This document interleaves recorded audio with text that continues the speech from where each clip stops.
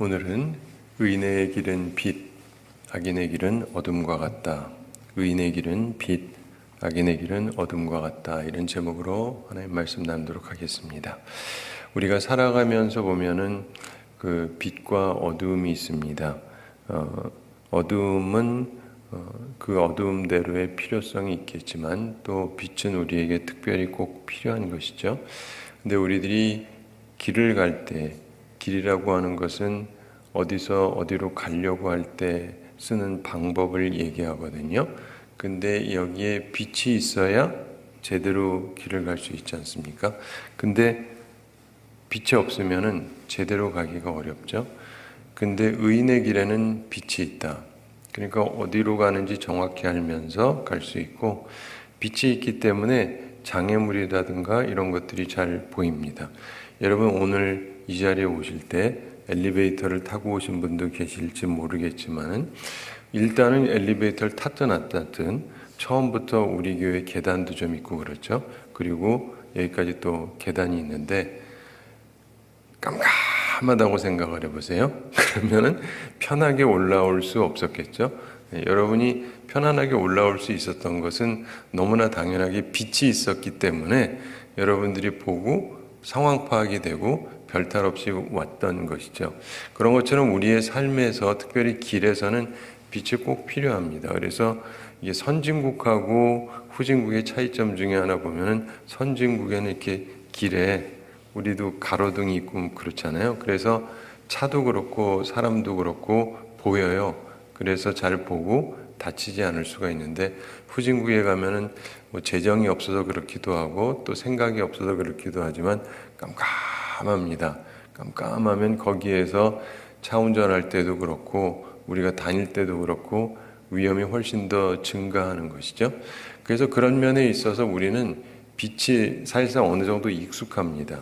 우리나라도 이제는 잘 사는 나라고 그렇기 때문에 빛이 당연하게 있다고 생각을 합니다. 그래서 우리에게 매우 중요한 부분이죠. 근데 인생길에 그 빛이 있으려면 의인으로서 살아야 됩니다.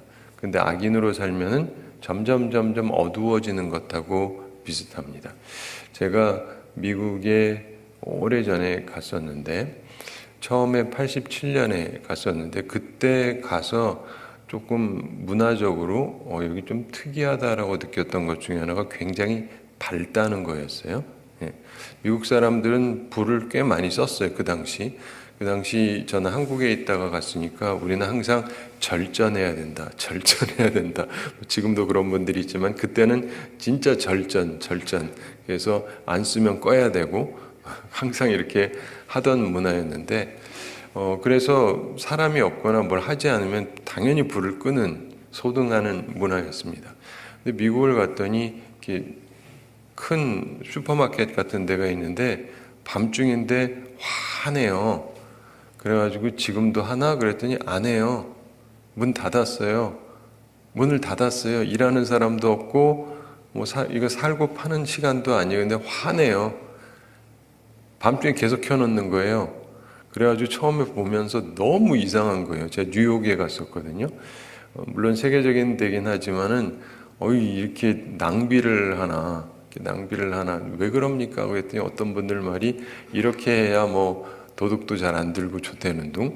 난 우리로서는 이해가 안 가죠. 도둑이 오든 안 오든 이건 불 꺼야죠. 이게 돈 아껴야 되는데. 근데 그런 걸 보면서 참 희한하다 이렇게 생각했던 기억이 있어요. 근데 확실히 그건 맞습니다. 불 켜놓으면 도둑이 잘 안 옵니다. 네, 확실히 아무래도 잘 보이니까 자기 모습이 다 보이니까 나쁜 짓 하는 사람은 거기 와서 활동을 하기를 싫어하죠. 근데 지금 제가 좀 전에 얘기했던 얘기는 말 그대로 옛날 얘기고 요즘은 좀 그렇지가 않아요. 그래서 뉴욕 가보면 옛날하고는 또 다릅니다. 느낌이 어떠냐면 왜 이렇게 어두워졌지?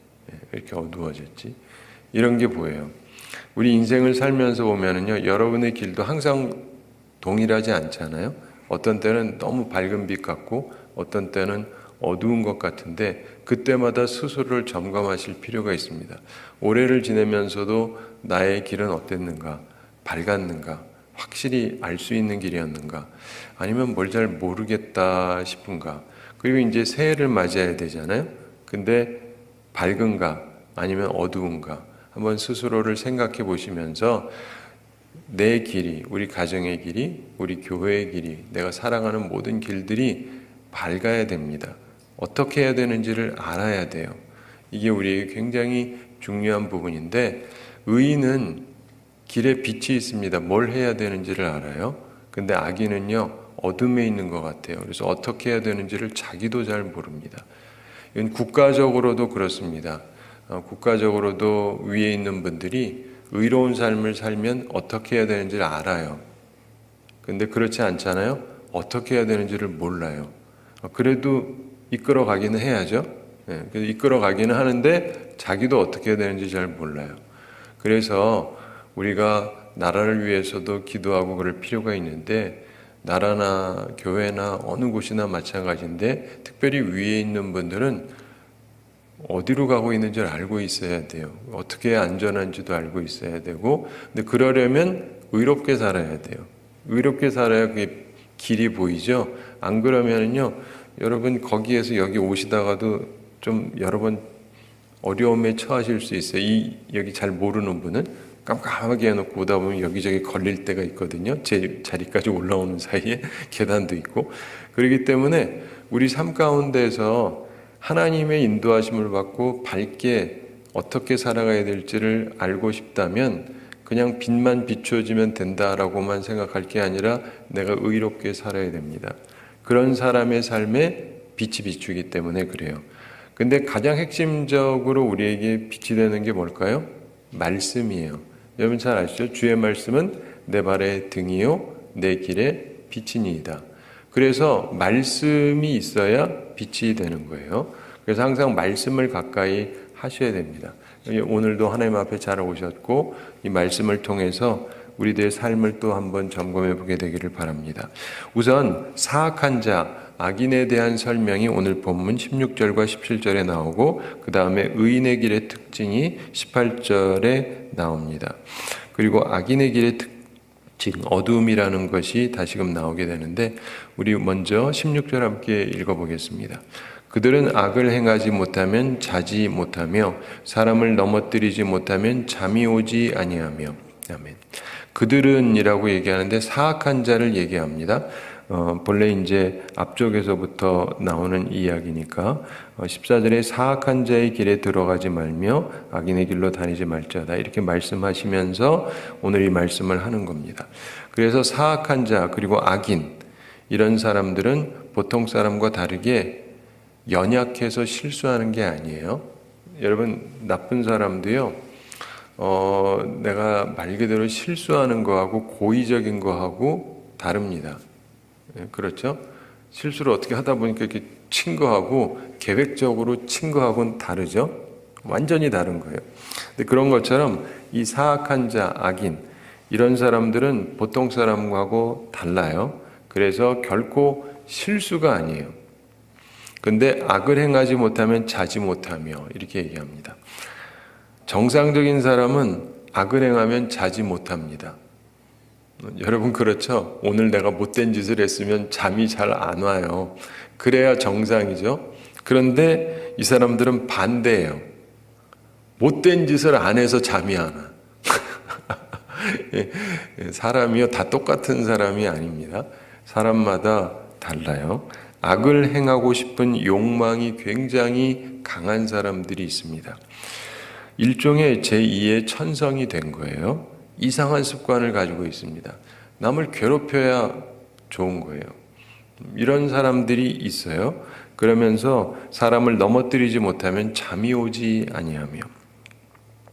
사람을 넘어뜨리는 것은 두 가지 가능성이 있습니다. 하나는 타인이 죄 짓도록 하는 것, 또 다른 하나는 해를 입히는 것입니다. 의로운 사람은 다른 사람을 혹시라도 내가 넘어뜨리면 잠이 잘 안 오죠. 그런데 사악한 자 악인은 반대로 남을 상해하지 못하면 잠을 자지를 못한다는 거예요. 그래서 사람이 극도로 타락을 하면 이렇게 비정상적인 삶을 산다고 성경이 우리에게 말씀하고 있습니다. 우리가 새벽 시간에 최근에 사무엘상을 보고 있는데 거기 대표적인 인물이 사울입니다. 사울 왕. 사울 왕이 그랬어요. 그가 처음에는 괜찮은 사람이었는데 왕이 되고 나서 변질이 되기 시작을 합니다. 그러면서 점점 사악해지기 시작을 합니다. 그러면서 악을 행하지 못하면 자지를 못하고 사람을 넘어뜨리지 못하면 잠이 오지 않는 이상한 사람이 되게 됩니다. 여러분도 스스로 생각해 보시기 바랍니다. 내가 무엇을 하는가? 하나님께서 솔로몬을 축복하신 이유 중에 하나가 뭐냐면 하나님께 물론 일천 번제를 드렸습니다. 그래서 하나님께서 굉장히 기뻐하시면서 네가 원하는 것이 무엇이든지 얘기해라. 내가 들어주겠다라고 말씀하셨을 때 우리는 잘 아는 대로 그가 하나님께 지혜를 달라고 했다. 그래서 지혜를 얻으면 최고구나라고 생각하는 경향이 있는데 물론 그가 지혜를 달라고 한 게 사실이죠. 저에게 듣는 마음을 주옵소서. 그래서 하나님께서 기뻐하시기도 했지만 거기에는 기본적으로 이 사람이 그걸 달라고 한 이유가 있습니다. 지혜를 달라고 그랬으니까 나도 지혜를 달라고 해야겠다. 그래도 좋으신데 이 사람이 그 말한 이유는 뭐냐면 하나님께서 내게 맡기신 일이 있는데 이 일을 감당하려면 지혜가 필요하지 않습니까? 그래서 지혜를 달라고 그런 거예요. 이해가 되세요? 사명을 감당하기 위한 필요한 걸 달라 그런 거예요. 예수님께서는 뭐 달라 그러셨죠? 성령을 달라 그러잖아요. 무엇을 위해서? 증인이 되기 위해서. 우리가 예수 그리스도를 증거하려면은요, 세상이 우리를 향해서 꼭 환대하는 건 아니기 때문에 용기가 필요합니다. 용기가 필요한데 그러려면 성령께서 함께 해주셔야 용기가 생겨요. 그래서 겁내지 않고 복음을 전할 수 있게 되거든요. 그래서 성령을 달라고 하는 것입니다. 근데 어떤 분들은 성령 달라 그러고는 전도는 안 해요. 이게 왜 필요한지를 생각을 못 해요. 그리고 솔로몬이 지혜를 달라고 했으니까 나도 지혜를 주세요. 근데 왜 지혜가 필요한지는 잘 모르는 분들이 있어요. 그러니까 사명에 맞는 것이 필요한 거예요. 저는 제 사명이 있잖아요. 제 사명에 맞는 그것이 필요한 것이죠. 여러분도 그런 거예요. 근데 그것이 하나님의 마음에 합한 거예요. 그러면서 특별히 하나님께서 솔로몬을 칭찬하신 것이 뭐냐면은 보통 왕들은 왕이 되면은 먼저 하고 싶은 게 뭐냐면 정적 제거입니다. 정적 제거. 정치적인 적을 제거하고 싶어 해요. 그래서 내 권력을 공고하게 하고 싶어 합니다. 그런데 솔로몬은 그걸 구하지 않았어요. 하나님이 이거를 기뻐하셨어요. 너 착하다 이런 얘기 쉽게 말해서 넌 참 착하구나. 오늘날에도 마찬가지입니다. 많은 사람들이 권력을 가졌으면 그것으로 족하게 여기고 이제 이걸 가지고 선한 일을 해야 되는데 그보다는 정적 제거에 힘을 쓰는 경우가 많아요. 그래서 잠언 말씀에서도 보면 그거 하지 말아라 이런 얘기를 합니다. 인생을 살면서 내 권력을 더 강화하기 위해서 정적 제거하는 데 힘쓰고 그러지 말아라. 근데 여러분도 항상 기억을 하셔야 됩니다. 사울 왕의 문제가 됐던 게 뭐냐면 그는 끊임없이 정적 제거가 그의 1번 목표였어요. 누구든 나한테 위협이 되는 자들은 그냥 두지 않겠다. 그러다 보니까 미쳐가기 시작을 하는 거예요, 사람이. 그러므로 여러분도 기억하실 것은요. 내가 어떠한 사람인가? 내가 왜 이 자리에 있는가? 근데 이 자리를 무조건 갖고 있겠다가 아니라 거기에 맞는 일을 해야 되는 거예요. 제가 여기 있잖아요. 세빛교회 담임 목사, 위임 목사로 지금 5년 넘게 있는데 전 한 가지 알아요. 얼마 있으면 떠나야 돼요. 내일 모레 어디 간다는 말이 아니고 저도 은퇴할 날이 옵니다. 은퇴할 날이 오는 거예요. 그러면은 내려와야지 어쩌겠어요. 그렇죠? 이 생각을 해요, 항상. 근데 우리의 인생에서 저는 30대부터 생각을 했기 때문에 이게 계속하는 게 아니에요. 근데 하는 동안 열심히 해야죠. 그렇죠? 그리고 어차피 떠날 거니까 아무렇게나 돼도 상관없다가 아니라 있는 동안 하나님 앞에서 잘해야 되는 거예요. 여러분도 그런 마음으로 항상 사셔야 돼요. 그리고 뭐 권력 강화, 정적 제거 뭐 이런 게 아니고 하나님 앞에서 내가 해야 될 바를 성실하게 하는 게 내가 해야 될 바가 되는 것이죠. 근데 어떤 사람은 하여간 남을 괴롭히고 이렇게 하지 않으면 잠을 자지를 못한다.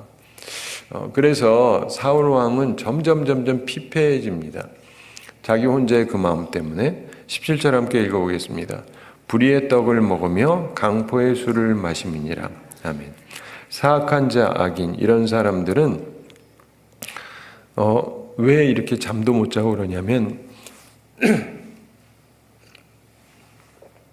그 이유가 떡과 술 얘기를 하는데 그냥 떡이 아니라 불의의 떡, 강포의 술, 이런 걸 마셔서 그렇다. 여기 보면은 본문에 왜냐하면이라는 말이 있어요. 키라고 하는 말이 있습니다. 그게 왜냐하면이라는 말인데 한글 성경에는 번역되지 않은 것인데 왜냐하면 혹은 진실로 이런 말이 본래 원어에 담겨져 있습니다. 자, 이 사악한 자 악인은 악을 행하지 못하면 자지를 못하고 사람을 넘어뜨리지 못하면 잠이 오지 않는데 왜냐하면 불의의 떡을 먹으며 강포의 술을 마심이니라. 이렇게 성경이 우리에게 말씀하고 있습니다. 불의의 떡을 먹는다. 불의로 구성된 떡 혹은 불의한 방법으로 얻은 떡. 핵심은 불의한 삶이죠. 우리는 불의한 밥 이래도 되겠죠. 이건 핵심은 불의한 거예요. 의라고 하는 것은 마땅히 행할 것을 하는 것입니다. 그래서 하나님을 향해서 우리가 마땅히 가져야 될 행동의 1번이 뭐죠? 믿음이에요, 믿음. 하나님을 믿어야 되잖아요. 그리고 사람에 대해서 우리가 해야 될 것들이 있습니다. 그래서 의라고 하는 것은 하나님이나 사람이나 누구를 향해서든 내가 마땅히 해야 될 것을 하는 것이 그게 의예요. 그런데 그런 의와 상관이 없이 불의의 떡을 먹는다. 하나님을 향해서도 그렇고 하나님을 안 믿는 거죠. 안 믿어요. 하나님은 선하다고 믿지를 않습니다. 그리고 사람을 향해서도 그런 거예요. 마땅히 행할 생각을 하지 않습니다. 좋은 사람은 좋은 줄 알아봐야 되잖아요. 근데요, 사울 왕은 다윗이라는 사람이 나타나서 어려움에 있던 나라를 구하고 자기 딸하고 결혼도 하고 자기 옆에서 자기를 지켜주고 자기가 제정신이 아닐 때는 음악도 해주면서 마음도 평정시켜주고 이러는 사람인데 미운 거예요. 그런 사람한테는 잘해줘야 되잖아요. 잘해줘야 되는데 죽이려고 단창을 던지기도 하고 불의의 떡을 먹고 있는 거예요. 해서는 안 될 일이잖아요. 나한테 그렇게 충성하고 나한테 잘해주는 사람한테 왜 그렇게 합니까? 그러면 안 되죠. 근데 불의의 떡을 먹고 강포의 술을 마심이니라. 이 강포라고 하는 것은 폭력이란 뜻입니다. 그래서 폭력의 술 혹은 폭력을 행하여서 얻어지는 술을 마신다. 이런 뜻이라고 볼 수 있는데 역시 핵심은 강포, 즉 폭력적인 삶을 말하는 것입니다. 자꾸 폭력적으로 살면 안 돼요. 네. 그래서 우리가 항상 기억해야 되는 것은요. 우리 남성들도 꽤 오셨지만은 남성들은 아내를 절대 때리면 안 돼요. 여보 왜 이래? 이런 거는 괜찮은지 몰라도 그런 거 말고 진짜 아프게 때리고 이러는 건 하시면 안 돼요. 평생 한 번도 하시면 안 돼요. 한 번이라도 했으면은 회개 꼭 하셔야 되고 때리면 안 돼요. 아내는 사랑하라고 준 존재지 때리라고 준 존재가 아니에요. 근데 우리가 인생을 살아가면서 보면 이게 폭력적인 사람들이 있어요. 폭력적인 사람들은 결국은 잠을 제대로 자지를 못합니다. 그러니까 못된 짓 했으니까 잠이 잘 오느냐? 또 그게 그렇지도 않아요. 자기 뜻대로 또 되지도 않거든요. 저놈 죽이고 싶은데 몇 대 때리지도 못했다. 이래가지고 편치도 않아요. 그러니까 그렇게 사시면 안 돼요. 여러분 마음속에요. 우리에게는 감정이 좋은 감정도 있고 나쁜 감정도 있거든요. 근데 자주 말씀드리는데 좋은 감정 중심으로 사셔야지 나쁜 감정 중심으로 살고 폭력적으로 살려고 그러면 안 됩니다. 저는 어렸을 때 하나님의 섭리로 제가 다녔던 국민학교, 지금은 초등학교라고 그러죠. 이 초등학교가 굉장히 저 서울에 있었는데 굉장히 거친 데였어요. 그래가지고 1학년 들어가면 쌍욕부터 배워요. 요즘에 쌍욕 많이 하잖아요. 아마 우리 때가 훨씬 심했을 거예요. 제 때가. 1학년 들어가면 강아지를 뭐라고 하는지 아시죠? 이런 거부터 이런 거는 그냥 기본이에요. 기본. 그리고 2, 3학년 되면은 그 이상으로 이제 점점점 가기 시작을 해요. 저쪽이 개 어쩌고 그러면 그 다음에 나도 받아쳐야 되는 말이 있잖아요. 2학년쯤 되면 그 정도는 기본이고, 그 다음에 3학년쯤 되면 그런 거를 넘어서 그 다음을 해야 돼요. 생각을 해보니까 저도 모르게 거기 그냥 있으니까 이제 그랬는데, 그래가지고 그러다가, 그렇다고 내가 아무 데서나 그런 건 아니죠. 목사님 아들인데. 그래도 학교에서는 나도 모르게 애들이 하도 그러니까 나도 같이 그랬던 기억이 있어요. 그러면서 아주 심하게 그렇게 말하고, 그러다 그 다음에 이제 안 되면 애들이 싸우기 시작을 하는 거죠. 그런데 그러면서 이제 중고등학교쯤 가면, 우린 중학교 때도 보면은 폭력적인 애들이 굉장히 많아가지고 심심하면 싸우는 거예요. 야, 싸운다! 그러면 이제 다 같이 구경하러 가요. 이 싸움 구경이랑 불 구경이 재밌다 그러잖아요. 그래가지고 막 쓰레기통으로 찍기도 하고 막 그냥 별의별 것들을 다 봐요. 그러면은 오늘의 캡틴이 새로 바뀌었다 뭐 이러기도 하고, 애들이 막 싸우고 그러는데, 약간 굉장히 많은 것들을 보면서 느끼는 것 중에 하나는 뭐냐면, 결국 이 폭력적인 삶은 좋은 결과물이 없어요. 그러므로 폭력적인 것은 피하시는 게 좋습니다. 우리가 항상 마음속에서도 그렇고 실제적으로도 그렇고 좀 피하는 게 좋습니다. 그래서 저희 어릴 때는 권투하고 레슬링이 굉장히 유명했어요. 그래가지고 뭐 축구, 야구 뭐 이런 건 좀 이후에 생겼고, 그래가지고 맨날 이 레슬링 보고 하면서 이마 터지고 막 기밀 선수 뭐 그래서 피가 나고 막 그러는 걸 사람들이 되게 즐기고 그랬는데, 미국도 그런 거 굉장히 좋아합니다. 그래서 격투기가 있고 막 그런데, 이렇게 언젠가부터 이렇게 그런 걸 보면 사람들이 대리만족을 얻는다 그래요. 대리만족. 내가 실제로 때릴 수도 없고 때릴 능력도 안 되는데 남 때리는 거 보면서 신난다 하는 경우도 있고, 그래서 그런 사람도 있지만, 한 가지 분명한 거는요, 너무 폭력적인 걸 좋아하지 마세요. 그래서 우리 애들도 그러거든요. 게임이 있는데 폭력적인 게임을 자꾸 하게 하지 말아라. 게임도 평화로운 게임이 있고 폭력적인 게임이 있어요. 그리고 그것도 굉장히 실제적으로 느껴지는 게임이 있습니다. 그런 건 안 하는 게 좋아요. 그런 걸 자꾸 하는 사람이 실제적으로도 나중에 문제 일으키는 경우가 많아요. 그러므로 여러분도 스스로를 이렇게 절제하시면서 내가 어떤 환경에 노출되어 있는가를 보고, 여러분의 자녀들도 혹은 후손들도 잘 해주실 필요가 있습니다. 자, 그러면서 의인의 길의 특징을 얘기하는데 빛이라고 말씀하죠. 18절 함께 읽어보겠습니다. 의인의 길은 돋는 햇살 같아서 크게 빛나 한낮의 광명에 이르거니와. 아멘. 이것은 일반적인 삶 속에서 우리가 항상 보게 되는 거죠. 지금은 어둡습니다. 근데 좀 시간이 지나면은 태양이 떠오르겠죠. 그러면서 점점 올라가게 됩니다. 그 얘기를 하는 거예요. 의인의 길은, 즉 마땅히 옳은 것을 행하는 그러한 삶의 길에서는 돋는 햇살 같다 이렇게 표현하고 있습니다. 돋는 햇살, 예전에는 돋는 햇볕 같아서 이렇게 개역성경에서 얘기했죠. 의의 길은 광명이다. 그리고 의인의 길, 의인의 방법은 비춰주는 빛이다. 이렇게 설명하는 것이라고 볼 수 있습니다. 그러면서 크게 빛나 한낮의 광명에 이르거니와. 크게라고 얘기했는데 이제는 개역성경은 점점이라고 얘기했습니다. 실제로 점점 밝아지죠. 그리고 크게 밝아진다. 그래서 한낮의 광명에 이르거니와. 한낮에라고 하는 걸 예전에 개역성경에서 원만한이라고 얘기했습니다.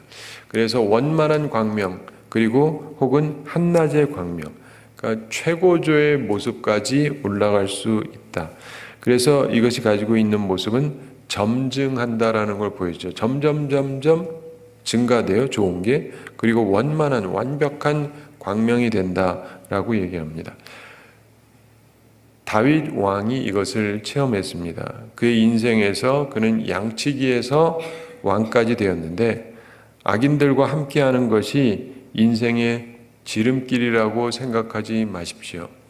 많은 사람들이 악인하고 손잡는 게 인생의 지름길이라고 생각합니다. 예전이나 지금이나 아마 앞으로도 그럴 거예요. 근데 잠언 1장에 보면 지혜는 악인하고 손잡지 않는 거라고 얘기해요. 악인하고 손잡으면 빨라요. 이 사람들이 이미 세력이에요.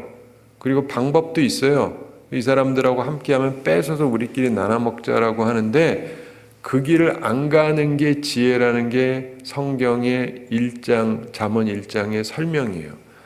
그러니까 나도 지혜를 주옵소서. 나도 무슨 꼼수로 뭘 해가지고 세력을 잡아서 어떻게 할까?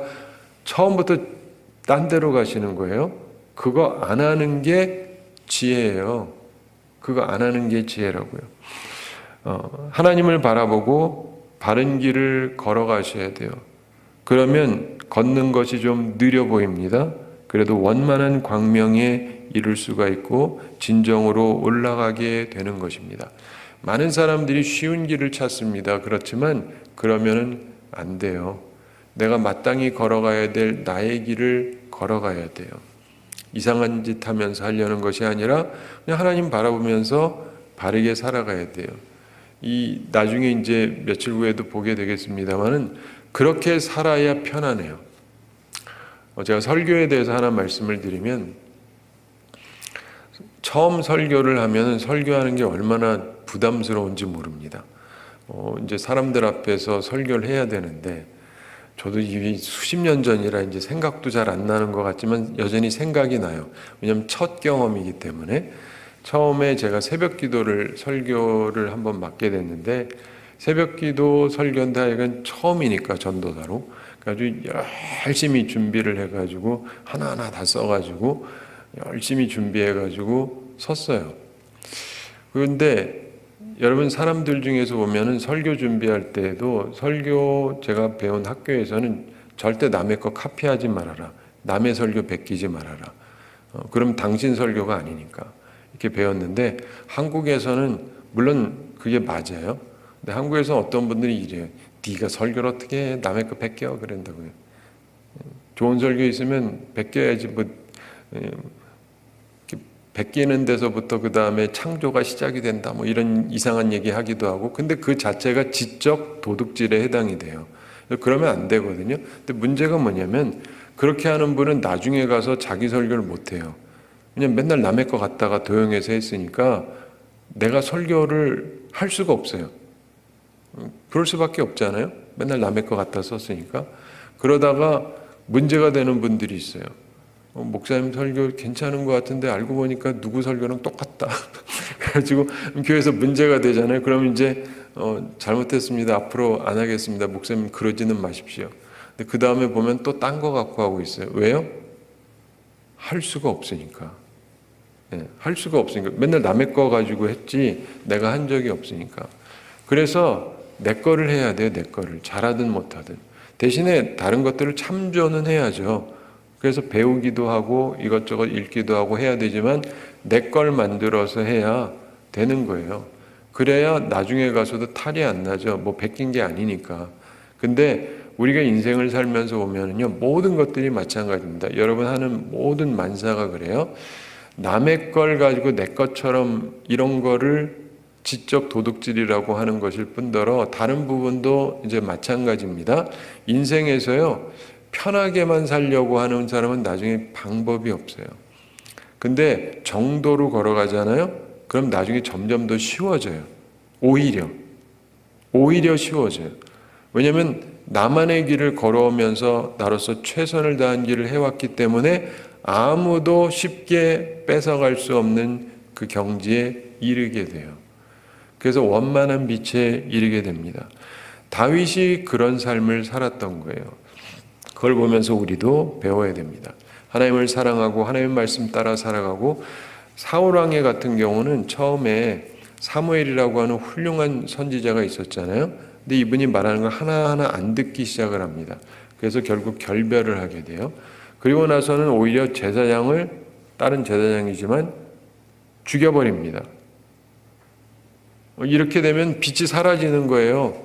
선지자, 제사장을 다 멀리하고 죽여버리면 누가 자기에게 빛을 비춰주겠어요? 말씀이 없는데. 그렇죠? 말씀이 없기 때문에 그는 자기 길을 아무렇게나 가는 거예요. 그렇지만은 다윗은 어땠습니까? 선지자가 얘기하면 그 말을 들어요. 제사장한테 물어봐서 그 말 듣고 움직이고, 선지자 제사장들한테 묻고 그 말을 따라서 움직이고. 그러니까 굉장히 어려운 상황임에도 불구하고 빛이 비추어져서 어려움을 피하면서 살아갈 수 있었어요. 여러분의 삶에도 그게 필요한 것입니다. 마지막 19절 함께 읽어보겠습니다. 악인의 길은 어둠 같아서 그가 걸려 넘어져도 그것이 무엇인지 깨닫지 못하느니라. 아멘. 그런데 악인의 길의 특징은 어둠이다라고 말씀하고 있습니다. 악인의 수단과 방법은 앞을 알 수 없는 어둠을 가는 것과 같습니다. 자기 딴에는 생각해서 가는 건데 잘못된 길을 가는 것이죠. 그가 걸려 넘어져도 그것이 무엇인지 깨닫지 못하느니라. 나를 걸려 넘어지게 하는 것은 쉽게 알 수 있죠. 보이니까. 그러나 어둠 속에서는 무엇인지 깨닫기조차도 어렵습니다. 바로 그것을 설명하는 것입니다. 사랑하는 성도 여러분, 여기에 대표적인 인물이 바로 가룟 유다입니다. 가룟 유다. 가룟 유다는 예수님과 함께 있잖아요. 예수님하고 3년 동안 함께하고, 그리고 주님께서 맡겨주셔서 재정도 관리하고, 그런데 이 사람이 나중에 보면은 도둑이다 이런 표현이 나와요. 그거 가지고 살짝 하기도 하고, 그러니까 욕심이 발동을 했다 이런 얘기죠. 그러면서 예수님에게 누가 향유를 붓는 걸 보면서 굉장히 말이 되는 말인 것 같은데 그거를 가난한 사람에게 줬으면 얼마나 좋겠느냐 이런 논리적인 얘기를 하지만 성경이 설명하는 것은 그것은 그가 도둑이기 때문이다 이런 얘기를 합니다. 그러지 말고 줬으면 내가 이거 계산해 가지고 내가 알아서 또 빼돌릴 텐데 이 생각을 하면서 겉만 그렇게 얘기를 하는 거였어요. 근데 이 사람이 예수님을 팔러 나갈 때 그 요한복음에서 보면은 아주 독특하게 설명을 하고 있습니다. 그가 나갈 때 밤이더라 이렇게 돼 있어요. 밤이야 뭐 밤일 수 있죠. 저녁 먹었으니까 밤일 수 있는데 이게 굉장히 시적인 표현이에요. 주님하고 함께 있으면 빛 가운데 있는데 주님을 팔아먹기로 작정하고 나가는데 밤이에요. 자기가 뭘 하는지를 몰라요. 사람이 악을 행할 때 보면은요, 약간 제정신들이 아니에요. 진짜로. 진짜 이 사람이 약간 쉬었나. 그래가지고 이상한 짓을 하는데 자기는 지금 뭘 하는지를 모르는 것 같아요. 제정신이 아니에요. 우리는 그렇게 살면 안 됩니다. 주님을 떠나는 순간, 주님의 말씀을 떠나는 순간, 그동안은 괜찮았는지 모르지만 내가 그 다음에는 어둠의 길을 가는 거예요. 표면적으로 보면은 제사장하고 장로들 만나는 거니까 괜찮아 보이는지는 모르지만은 그러나 사실은 악한 자들과 함께 하면서 악한 일을 하게 되고 역사에 남는 악행을 하게 되잖아요. 사랑하는 성도 여러분, 우리는 한순간도 그렇게 되지 않도록 조심을 해야 됩니다. 인생길을 걸을 때 점점 빛나고 결국 크게 빛나며 한낮의 광명, 즉 최고의 밝음에 이르는 길이 있다라고 성경이 우리한테 설명하는 거예요. 그런데 반면에 어두움의 길도 있습니다. 무엇에 걸려 넘어져도 그 장애물이 무엇인지도 깨닫지 못하는 길이 있습니다. 눈이 있어요. 그런데 눈이 기능을 발하지 못합니다. 주위가 너무 어둡기 때문입니다. 그러니까 우리는 잘 선택해야 됩니다. 주의 말씀은 내 발의 등이요 내 길의 빛이니이다. 이 말씀 생각하면서 여러분 항상 말씀을 가까이 하시고 말씀을 사랑하면서 사셔야 돼요. 말씀을 떠나는 순간 삶 속에 어두움이 임합니다.